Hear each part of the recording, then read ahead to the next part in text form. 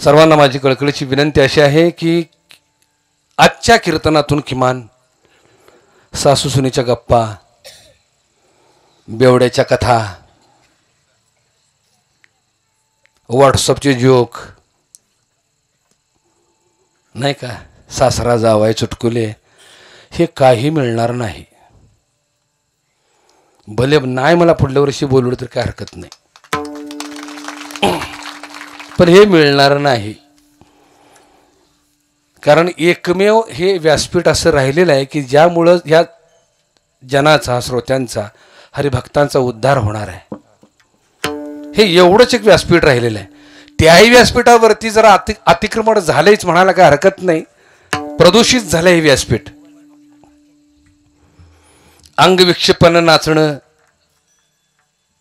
नको ती गाणी गाणं,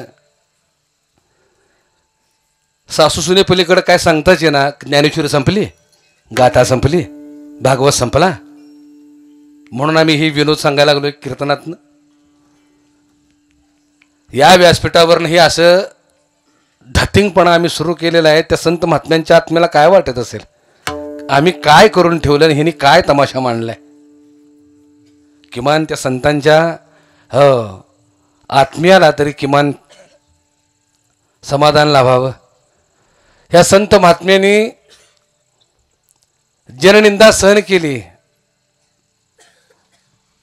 ज्ञानोबाने तर झोळी शेण दगड गोटे स्वीकारले. संन्याशाची पोरं म्हणून हिणवलं, सगळं बाजूला केलं हो. आणि तुमच्या आमच्या उद्धारासाठी ज्ञानेश्वरी लिहिली, अमृतानुभव लिहिला, चांगदेव 65 लिहिली, हरिपाठ लिहिला, सगळ्या गोष्टी केल्या. किमान त्यांचं योगदान तरी बघा, त्यांचं बलिदान तरी बघा. तुकोबाराने पाठीवर ऊस मोडून घेतले, पण उद्धाराचंच या ठिकाणी अभंग तुकोबाराने गात्यात लिहून ठेवलेले आहेत. उद्धाराचंच. ह्या सगळ्यांनी हा विचार करायला पाहिजे. भूमिका समजून घ्या. मला आवडते आम्हाला म्हणून जर आम्ही तमासगिरांना जर बोलवत असू तर उपयोग नाही, काहीच अर्थ नाही राहणार. लक्षात ठेवा. बघा, मिळून मिळून तुम्हा मला मनुष्य जन्म मिळालाय. सर्व जन्माच्या शेवटी हा मनुष्य देह पावे पाठी, या परी उत्तम कीर्ती मी रचले नाही. कारण येणे जन्मे मज ओळखावे, येथेचीच आपणा ते उद्धरावे आणि येथेचीच जोडावे नरक यातनेसे. मनुष्य देहाच्याच ज्ञानानं नराचा नारायण होता येतं. देव भेटणं बाजूलाच ठेवा, देव होता येतं. पण कधी कधी अहर्निशी सदा परमार्थ करावा. व्हॉट्सअपची जोक ऐकून, सासूसुनीच्या गोष्टी ऐकून उद्धार होणार नाही. अधपतन होईल, मातीत जाल. आणि मला खात्री आहे पुढल्या वर्षी तुम्ही मला बोलवणार नाही. का बोलवणार नाही हे महाराज हसवत नाही. नका बोलू. पण आत्ता जे 2 तास दिलेले आहेत ना, ते तरी किमान सार्थकी लावा. आमची पोटतिडकी एवढीच आहे. बाकी आम्हाला उद्योग करायचा नाही, आम्हाला धंदा मांडायचा नाही, आम्हाला काही करायचं नाही. आम्हाला पुढच्या वर्षीच तारखेची बी गरज नाही. आम्ही का हसवतो तुम्हाला हे बी सांगतो, पुढच्या वर्षीच तारीख मिळावी म्हणून. गरज नाही. आमचंच आयुष्य किती आहे आम्हाला माहित नाही. क्षणभंगूर नाही भरवसा. उद्या पेपरला बातम्या तर सांगता येणार नाही, महाराज उलटले, ऍक्सिडेंट झाला, गेले. मग हे कधी सांगणार आम्ही अध्यात्म? पुढल्या वर्षी नाही, आत्ताच. भूमिका समजून घ्या. नाराज होऊ नका. विठाल विठाल.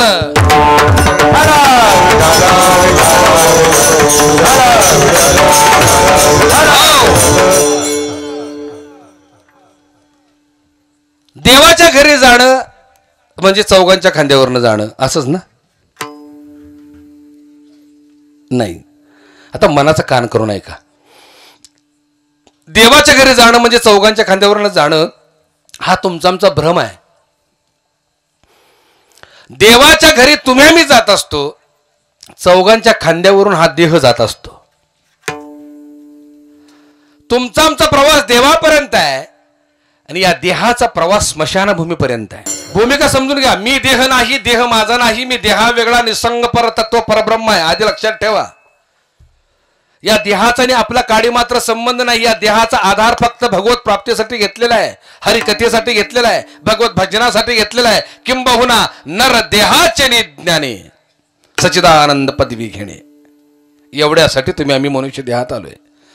आणि या देहात येऊन आपला कार्यभाग पूर्ण झाला. कार्यापुरते कारण मार्गीन उल्लंघनी वेगे जावे स्थळा. आपला कार्यभाग पूर्ण झाला की आपलं निजधाम गाठावं. तुकोबऱ्याने तुमचा आमचा पत्ता सांगितलाय, त्यांचा नाही सांगितलेला. तुमचा आमचा पत्ता काय आहे? आम्ही वैकुंठवाशी आलो याच कारणाशी. कोणतं कारण आहे? झाडू संतांचे मार्ग. कारण मी सांगितले येण्याचं. आडरानी भरले जग, हे उचिष्टाचा भाग शेष उरला तो सेव. अर्थ कळला का? या घरी आलोय, आपला कार्यभाग पूर्ण झाला की आपल्याला पुन्हा जिथून आलोय तिथं जायचं आहे, म्हणजे देवाच्या घरी. एक दृष्टांत देतो, मनाचा कान करून ऐका. एक भली मोठी कंपनी होती, खूप मोठी कंपनी होती. त्या कंपनीचा मालक एवढा श्रीमंत होता. त्या मालकाचा व्याप इतका होता त्या कंपनीबद्दल, प्रचंड मोठा व्याप होता. म्हणून तिने काय अधिकारी नेमले होते. त्या कंपनीच्या मालकाने एका अधिकाऱ्याला बोलवलं आणि त्याला सांगितलं, बाबा रे, तू मुंबईला जा आणि आपल्या कंपनीच्या विस्ताराचं काम तू जरा बघ जाऊन. तो अधिकारी म्हणाला, गेलो असतो खरं, पण मुंबईत माझं कोणीच नाही. दृष्टांत मनाचा कान करून ऐका. मुंबईत माझं कोणीच नाही, मी काय करू? त्या कंपनीच्या मालकाने सांगितलं, तुझी व्यवस्था मी करून ठेवलेली आहे, काळजी करू नकोस, जाण फक्त राहा तिथं, आपलं काम कर. त्या अधिकाऱ्याने आपल्या कामाबद्दलची सगळी कागदपत्र गोळा केली, सुटकेसमध्ये भरली, मुंबईला गेला. आणि त्या कंपनीच्या मालकाने इतकं सुंदर व्यवस्था त्या अधिकाऱ्यासाठी केली होती. 5 स्टार हॉटेल. त्या हॉटेलमधली एक रूम बुक केली होती. सूट होता, सूट. त्या रूमची इतकी सुंदर व्यवस्था होती बरं. त्यामध्ये मखमली गालीच्या, फिरता bed, air condition, wifi, internet, button दाबल्याबरोबर 5-5 वेटर. जी हुजूर, काय पाहिजे बोला. काय ती व्यवस्था सांगावी. आहा, त्या अधिकाऱ्याला आनंद झाला. म्हटलं बरं झालं. तो अधिकारी राहिला, त्या रूमचा आनंद घेतला आणि कंपनीच्या मालकानं जे काम दिलेलं आहे ते कामाला सुरुवात केली. 1 दिवस उलटला, दुसरा दिवस उलटला, तिसराही दिवस उलटला, 3 दिवस पूर्ण काम केलं. चौथ्या दिवशी सकाळी आपली सगळी दप्तर गोळा केली, सुटकेसमध्ये भरली. रूमच्या बाहेर आला, रूमला कुलूप लावलं, खाली आला, काउंटरवर चाव्या ठेवल्या आणि मालकाला म्हणाला, हॉटेलच्या मालक, चेकआउट करा. हॉटेलचा मालक म्हणाला, अहो अधिकारी साहेब, आमचं हॉटेल इतकं सुंदर आहे, देखणं आहे, 5 तारांकित आहे, अजून 4 दिवस राहा की. त्यावेळेला त्या अधिकाऱ्यानं काय उत्तर दिलं बघा, मालक, तुमचं हॉटेल देखणंच आहे, सुंदर आहे, 5 तारांकित आहेच आहे, वादच नाही. पण माझ्या घरात जे समाधान आहे ना, ते तुमच्या हॉटेलमध्ये नाही. बोलणं कळलं का नाही? सांगा बरं आता, कुठलं हॉटेल आहे? हॉटेल कुठलं? प्रॉब्लेम हाच आहे. इतकं सुंदर उदाहरण दिलं, आम्हाला इतकं अज्ञान आहे आमचं. कुठलं हॉटेल? हे 5 तारांकित हॉटेल आहे. हॉटेल कुठलं आहे? हे 5 तारांकित हे हॉटेल आहे. त्या कंपनीच्या मालकानं, परमात्म्यानं तुम्हा मला अधिकारी म्हणून धाडले या हॉटेलमध्ये. कार्यभाग पूर्ण झाला की चेकआउट करावं आणि आपल्या निजधामाला जावं. ज्ञानोबराने 22व्या वर्षी चेकआउट केलं, तुकोबराने 38व्या वर्षी चेकआउट केलं, स्वामी विवेकानंदांनी 32व्या वर्षी चेकआउट केलं. भूमिका समजून घ्या. कार्यभाग झाला की चेकआउट करावं, फुकटचं आहे म्हणून राहू नये. माझं बोलणं कळतंय का? नाही कळत, भाषाच कळत नाही माझी. हाच प्रॉब्लेम आहे. देहबुद्धीनं ग्रासले तुम्हा आम्हाला. देहबुद्धीनं मीच देह आहे प्रत्येकाला वाटतंय. आम्ही देह नाही, आम्ही देहावेगळे निसंग परतत्व परब्रह्म आहोत, परब्रह्म रूप आहोत. पण आम्हाला देहबुद्धीनं ग्रासल्यामुळं आम्ही दुःख भोगतोय. लक्षात ठेवा. इथपर्यंत आलो, कार्यभाग पूर्ण झाला की पुन्हा निघून जायचं आहे, निघायचं आहे. कोणीच थांबायला आलेलं नाही. प्रत्येकाला वाटतं मी अश्वत्थामा आहे, मी मरणारच नाही. मरतो हा देह, मोक्ष पावतो तुम्ही आम्ही. आता तुम्ही आम्ही म्हणजे आत्मा. मोक्ष कशाला म्हणायचं, मृत्यू कशाला म्हणायचं समजून घ्या. मृत्यू म्हणायचं बाहेरनं मरण्याला आणि मोक्ष म्हणायचं आतून मरण्याला.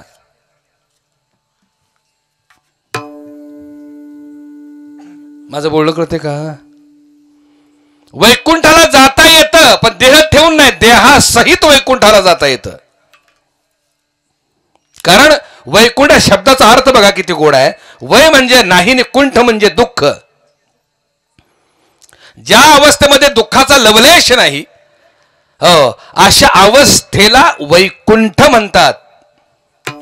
आता मोक्ष, समाधी, वैकुंठ, परमानंद, परमपद ही सगळ्या एका अवस्थेची वेगवेगळी नावं आहेत. समाधी म्हणजे काय हो? कुठंतरी ती जमीन खोदा, विवरात जा, आतमध्ये जाऊन वरनं दगड लावून घ्या, गुदमरून मारा. याला आम्ही समाधी म्हणतो. समाधी याला म्हणत नाही. ज्ञानदेव प्रमाण निवृत्ती देवी ज्ञान समाधी संजीवन हरिपाठ या शब्दाचा अर्थ लक्षात ठेवा. समाधी म्हणजे अखंड समाधान ओसंडून वाहण्याची जी अवस्था आहे त्या अवस्थेला समाधी म्हणतात. अखंड समाधान. लीन झाली वृत्ती ब्रह्मा ते मिळाले, जळात अटले लवण जैसे, लवण जैसे पुन्हा जळाच्या बाहेरी, येत नाही खरे त्यातून या, त्या सारिखे तुम्ही जाणा साधू वृत्ती, पुन्हा न मिळती माया जाळी. या अवस्थेला वैकुंठ म्हणतात, या अवस्थेला मोक्ष म्हणतात, या अवस्थेला समाधी म्हणतात, आणि या अवस्थेलाच परमपद म्हणतात. भूमिका समजून घ्या. आणि तो परमपद, समाधी, मोक्ष, वैकुंठ उपभोगण्यासाठी तुम्ही आम्ही मनुष्य देहात आलोय. आणि या देहात असतानाच्या सगळ्या गोष्टी उपभोगता येतात, मेल्यानंतर नाही. देवाच्या घरी जाण्यासाठी सुद्धा या देह नावाच्या साधनाची गरज आहे. या देहाशिवाय देवाच्या घरी जाता येत नाही. भूमिका समजून घ्या. देवाच्या घरी जाण्याला ध्यान म्हणतात आणि देवाच्या घरी पोहोचल्यानंतर देव आणि जीव एकरूप होण्याला समाधी म्हणतात. किती सोपं करून सांगू. आणि देवाच्या घरी जायचंय त्याला ध्यान म्हणायचं. ध्यान हा रस्ता आहे, समाधी हे ठिकाण आहे. त्या ध्यानाच्या माध्यमातून आम्ही समाधीला पोहोचलो की झालं वैकुंठ गमन. तुकोबरा वैकुंठाला गेले. कसे गेले? देह ठेवून गेले का देहासहित गेले? मोठ्यानं बोला. देहासहित गेले. आता देहासहित गेले म्हटल्यानंतर बघा, मी आता कराडवरनं जवळजवळ 600 किलोमीटर अंतर तोडून आलोय, वसंतगडवरनं. मी तिथं देह ठेवून आलो नाही, देहासहित आलोय का नाही? मी देहासहित आलोय. ज्या अर्थी मी देहासहित आलो त्या अर्थी मी घरच्यांना पत्ता सांगणार आहे. बाबा रे, मी वाशिम जिल्ह्यामध्ये आलोय, काळजी करू नका.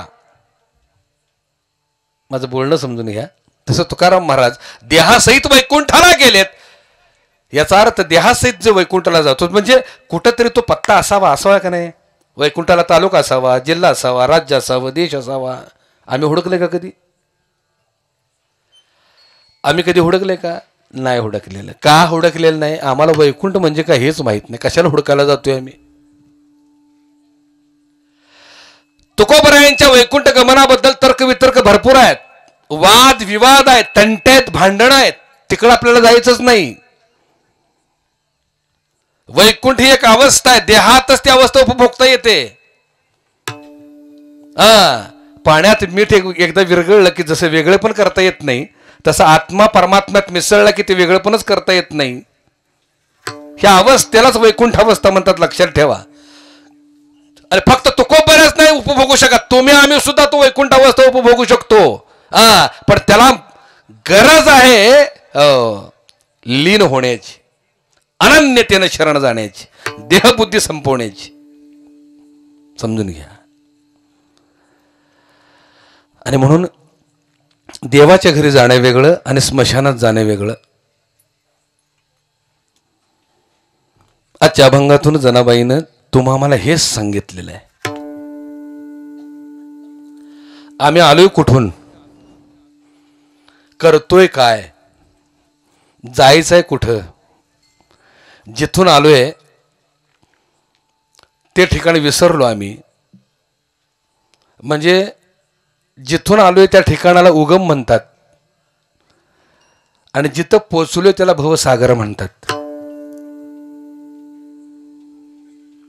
शब्द न शब्द करून ठेवा. उगमापासून पाण्याचा प्रवाह सुरू होतो त्याला धारा म्हणतात. उगमापासून पाण्याचा प्रवाह सुरू होतो त्याला काय म्हणतात, धारा म्हणतात. आणि ती धारा समुद्रावरून मिळते, लक्षात आलं का.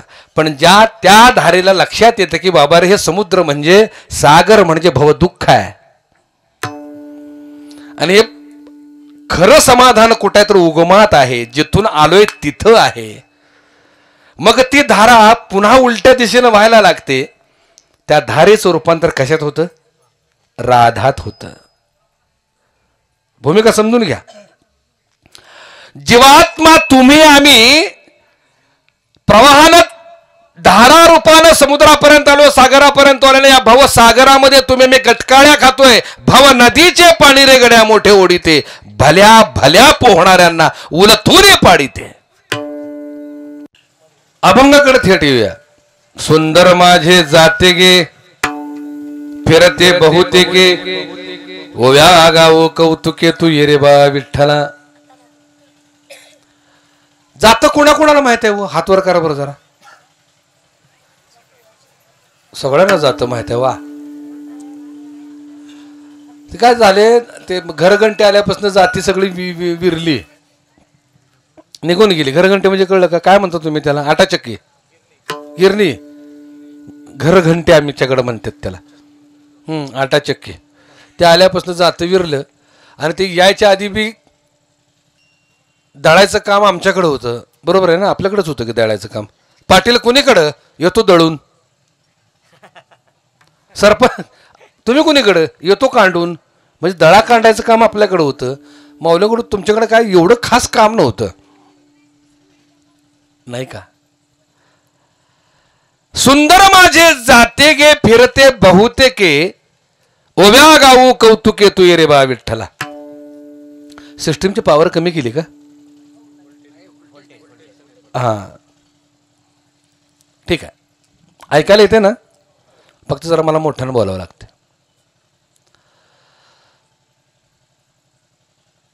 ज्याला माहित नाही त्याच्यासाठी जातं काय हे सांगतो. गोल दगडी तळी असते, त्या तळीला मध्ये एक आरी असते. वर एक तळी असते, त्या तळीला मध्ये एक छिद्र असतं. त्या आरीच्या तळीवर छिद्र असलेली तळी ठेवली जाते आणि त्या दोन्ही तळीला टाके मारलेले असतात. काय मारले असतात? टाके. आता त्या खरबुडीत दगडी तळीला जात्याला जनाबाई सुंदर माझे जाते ग म्हणते. आता त्यात काय सौंदर्य आहे? सुंदरता काय आहे त्यात? काहीच नाही. तरी सुद्धा जनाबाई सुंदर म्हणते. का म्हणते आम्हाला कळलं नाही. त्या टाके मारलेल्या दगडाला जनाबाई सुंदर म्हणते. का म्हणते आम्हाला कळलं नाही. खरं कारण वेगळं आहे. सुंदर माझे जाते गे फिरते बहुते गे, एवढंच आम्हाला माहित आहे. आता माझ्याकडे बघा. सुंदर माझे जाते गे, कळलं का? फिरते बहुते के, 83,99,999 फेऱ्यात हे सुंदर देखणं जात निघाले. जाते गे. जनाबाईला यात सौंदर्य काय दिसलं? तुमचं आमची खोड जनाबाईला माहीत आहे. उडदाच्या दाण्यावाने काळं असलं तरी आरशा पुढे जाऊन थडतंयच. माझं बोलणं कळते का? म्हशीनं नाक दिलं पाय का असे ना, पण आरशा पुढे जाऊन थडतंयच. माझ्यासारखं देखणा कुणी? ठीक आहे रे बाबा. सुंदर माझे जाते गे फिरते बहुते के. 84च्या ह्या फेऱ्यात हे अडकले रे देवा. ओव्या गाऊ कौतुके तू ये रे बा विठ्ठला. गेलेलं आयुष्य काळानं खाल्लं. हे जातं अर्ध काळानं खाल्ले प्रत्येकाचं. बरं हे जे जात आहे ना, माझं जातं 50 वर्ष आधीच काळानं खाऊन टाकलेलं आहे. प्रत्येकाचं हे निघालेलं जे जात आहे ना, ते जाता निघालेलं प्रत्येकाच्या आयुष्याप्रमाणे काळानं खायलेलं राहिलेलं आयुष्य किती आहे माहित नाही. ओव्या गावो कौतुके तू ये रे बा विठ्ठला. कारण आमचा जन्मच गेला कशात? अर्ध आयुष्य गेलं झोपेत. चत गणिल येते अर्ध रात्र खाय. त्यात मध्ये बालत्व पिडा रोग क्षय. आता काय राहिले भजनाला? बघा जनाबाईचा दृष्टिकोन बघा किती सूक्ष्म आहे, किती गोड आहे. भगवंता सुंदर माझे हे नव्हे, सुंदर माझे हे जाते निघाले. 84च्या फेऱ्यात अडकले. काय करू सांग देवा? तशी तुम्हा मला भीती पाहिजे. आम्हाला भीतीच नाही. आम्हाला वाटतं आम्ही अश्वत्थामाच आहे, आम्ही मरणारच नाही. पण कधी उचकील गॅरंटी? कधी काळ गाठील गॅरंटी? समजून घ्या. हे चक्र आहे, जन्म मरणाचं चक्र आहे. 84चा फेरा आहे. या फेऱ्यात एकदा जर अडकला ना, तर जसा दाण्यात जात्यात दाणा भरडावा, तसं हे 84च्या जात्यात हा दाणा जर भरडला ना, तर त्याचं खरं नाही. ही भीती आहे जनाबाईला. पहाटे 4ची वेळ होती. गावातून गंगेला जात असताना सुंदर असं कानावरती जात्याची ओवी पडली. गावातच पडपड पावसा उन्हात कडतय, उन्हात काय बाय उकाडतय, उन्हात काय बाय उकाडतय, पावसात काय बाय चिडचिडतय. हरम गुर्रम हरम गुर्रम. सुंदर ओवी गात होती ती. आणि ती कबीरदास थबकली तिथं. बाई वा म्हणली किती छान आवाज आहे. कबीर तिथंच उभी राहिले ऐकत. थोड्या वेळानं काय झालं, त्या जात्यावर दळणाऱ्या माऊलीकडचा ओव्यांचा स्टॉक संपला आणि एकच आवाज यायला लागला, घरराम घरराम घरराम. जसा तो आवाज ऐकला तसं कबीर घाबरले. नुसते घाबरले तर लिटरली रडायला लागले. चलती चक्की देख के दिया कबीरा रो. रडायला लागले. योगायोगानं समोरून त्यांचे सद्गुरू आले, रामानंद स्वामी. कबीराला रडताना पाहिलं आणि कबीराला विचारलं, कबीरा का रडतोस रे? सद्गुरूंना आता काय सांगू म्हणले, त्या जात्याच्या आवाजाने मी व्याकुळ झालोय, घाबरलोय, म्हणून मला रडायला आलं. सद्गुरू म्हणाले, अरे निसर्गाचा नियम आहे, खालच्या तळीवरती वरची तळी घासली की आवाज येणार, त्यात रडण्यास नका काय आहे. संत कबीर थोर महात्मे होते बरं, थोर विचारवंत होते. आणि काय म्हणतो त्याला आपण, एक परखड परंपरा, रूढी, विषमता याच्यावर त्यांनी घाला घातला होता आणि खूप ज्ञानी होते. तुम्हाला एक गोष्ट सांगू, त्यांचा एक दोहा लक्षात आलं का, म्हणजे 1000 ग्रंथांचा उपदेश देणारं सामर्थ्य ते एका दोह्यात आहे. कबीराने हे जाणीवपूर्वक सद्गुरूंना समजून सांगायचं होतं, दाखवून द्यायचं होतं की अवस्था काय आहे जीवाची.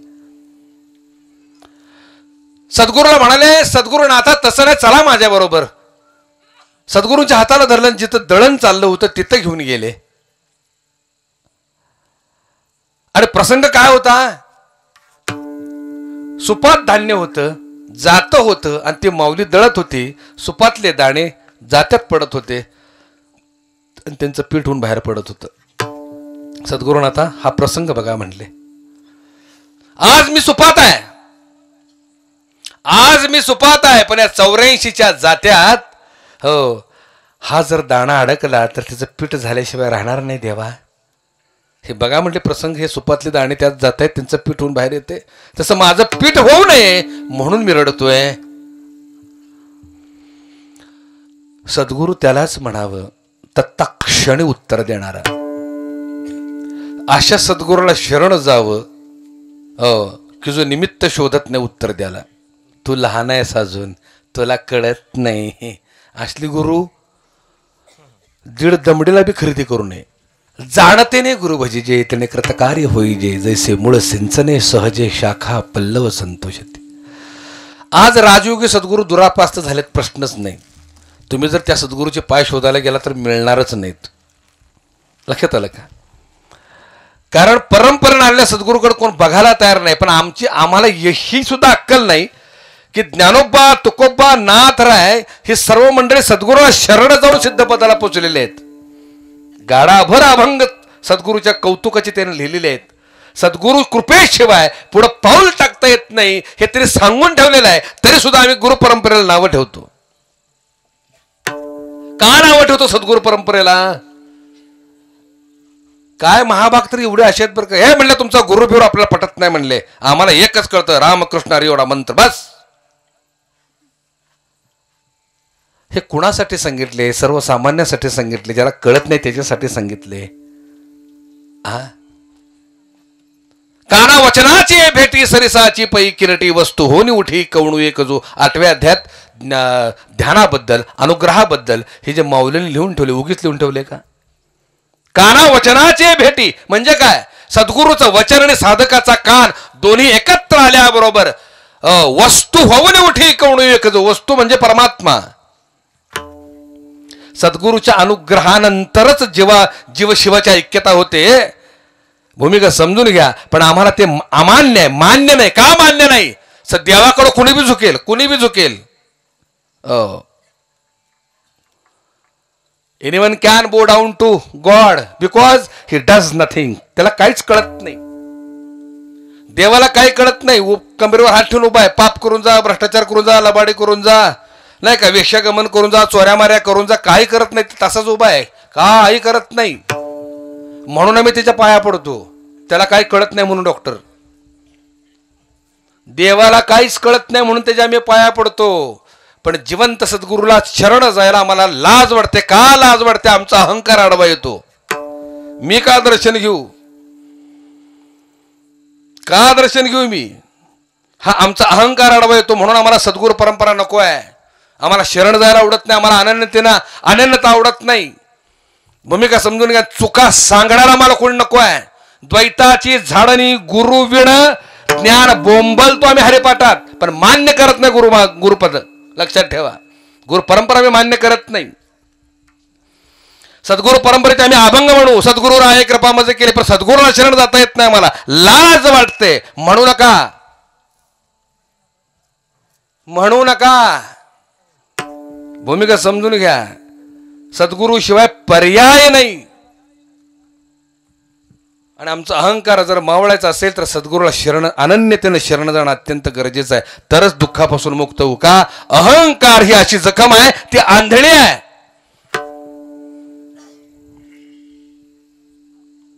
पायाच्या अंगठ्याला जर जखम झाली तर त्याला आम्ही आंधळी जखम म्हणतो. तुम्ही काय म्हणता?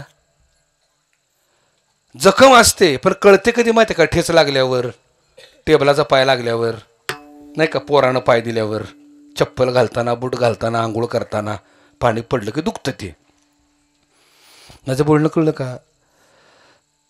पायाला अंगठ्याला झालेली जखम ही आंधळी आहे, पण कळते कधी? बूट घालताना, चप्पल घालताना ठसकतं बघा, त्रास होतो जास्त. तसं आम्ही अहंकार नावाची जखम पाळून ठेवलेली आहे. जरा कोण बोललं की ठसकत, जरा अपमान झाला की ठसकत, जरा कोणी मोठेपणा दिला नाही की ठसकत, 4 चौघात अपमान झाला की ठसकत. माझं बोलणं कळते का?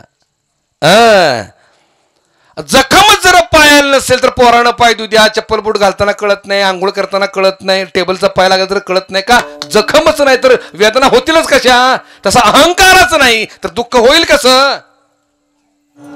बाबा अहंकार निशी घनदाट, नामदेवरायांचा अभंग आहे. अहंकार खूप खोल अंधार आहे, डार्क अंधार आहे तो. त्यामुळे झाले कसं, त्या अंधारात चालता चालता आमचे पाय रक्त बंबाळ झाले, ठेचा लागून लागून त्या अंधारामुळं, त्या अहंकारामुळं. म्हणून गुरु वचने फुटली पहाट, सद्गुरूच्या वचनाची पहाट झाली पाहिजे. कबीरांचे सद्गुरू हे नुसते सद्गुरू नव्हते, पण सद्गुरू होते कोणाचे तर कबीरांचे होते. जर प्रत्यक्ष कबीरच जर परब्रह्म पदाला पोचलेले असतील तर सद्गुरूची योग्यता काय असेल? जो शब्द ज्ञाने पारंगतू, नाथाने किती गोड प्रमाण दिले बघा सद्गुरू बद्दल. सद्गुरू कसा असावा? जो शब्द ज्ञाने पारंगतू, ब्रह्मानंदी सदा डुल्लतू, शिष्य प्रबोधिनी समर्थू, यथोचित निज भावे.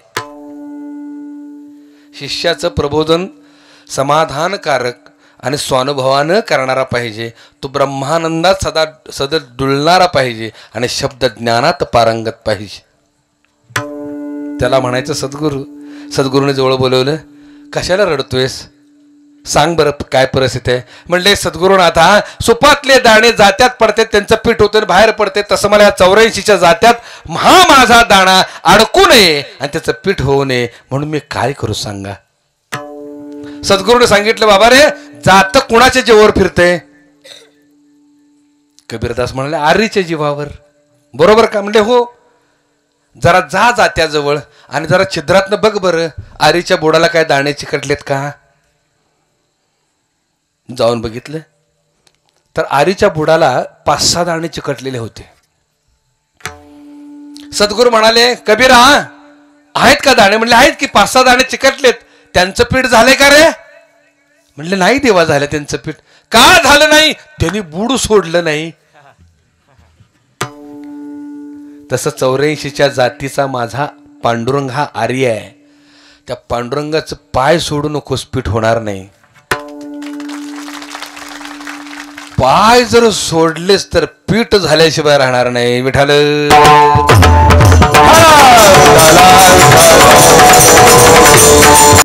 जीव शिवदोने खुंटे गे प्रपंचाचे नेते गे, जीव शिवदोने